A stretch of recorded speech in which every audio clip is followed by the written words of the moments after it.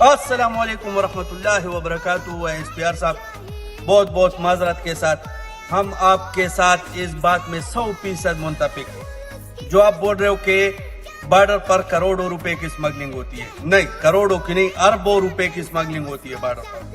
کچھ ادھر سے آتا ہے، کچھ ادھر سے جاتا ہے، لیکن ہم تو یہ پوچھ رہے کہ بارڈر پر کون ہے؟ یہ کون سے پاکستانی عوام بارڈر پر جو سمگلنگ کرتے ہیں؟ آپ بول رہے ہو کہ بارڈر پر سمگلنگ ہوتی ہے، تو کیا ہم ذمہ دار ہیں اس کا؟ یہ ملک میں جو کرپشن ہو رہی ہے ہم ذمہ دار ہیں؟ یہ باہر جو پاکستانی عوام جزیرے خرید رہے ہیں اور پاپا جونز میں جو اتنا انویسٹمنٹ کیا ہوا ہے، یہ کدھر سے آیا ہے؟ آپ لوگ بول رہے ہو کہ پی ٹی آئی ایک دہشت گرد جماعت ہے۔ ہاں، 9 مئی کو کون سی آفت آ گئی تھی؟ 9 مئی کو تو پاکستانی عوام پرامن احتجاج کر رہے تھے، آپ لوگوں نے رولا ڈال دیا، آنسو گیس، پتہ نہیں کتنے بندوں کو، ہمارے دل کے ٹکڑوں کو آپ لوگوں نے شہید کیا 9 مئی کو۔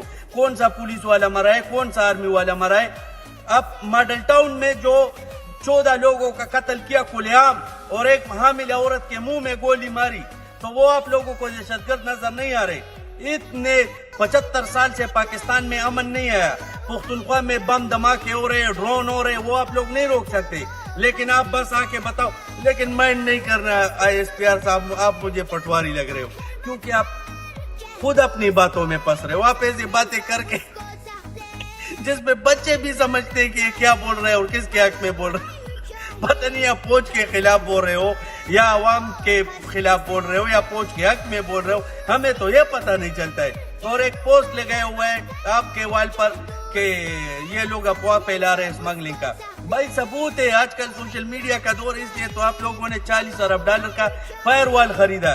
اس کے بدلے میں $40 ارب اگر آپ پاکستان میں خرچ کرتے، اس عوام پہ خرچ کرتے، آپ نے عوام کو مطمئن ہی نہیں کیا۔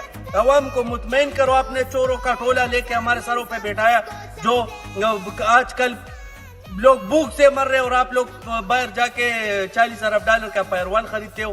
لیکن کوئی بات نہیں، انشاءاللہ دیا بجھنے سے پہلے بہت پڑ پڑاتا ہے۔